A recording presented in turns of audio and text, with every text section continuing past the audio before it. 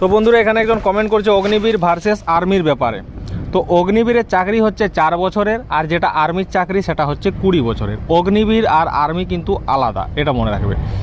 অগ্নিবীরে কোনো পেনশন নেই, আর্মিতে পেনশন আছে। এরপর বলছে অনেকে অগ্নিবীর হলেই যে আর্মি হওয়া যাবে এরকম কোনো গ্যারেন্টি নেই। কারণটা বলছি, কারণ হচ্ছে আজকে তুমি চেষ্টা করে অগ্নিবীরে চাকরি পেয়ে গেলে, 4 বছর পর সেই তোমাকে আবার নূতনভাবে ফিজিক্যাল, মেডিকেল এবং রিটিন দিতে হবে।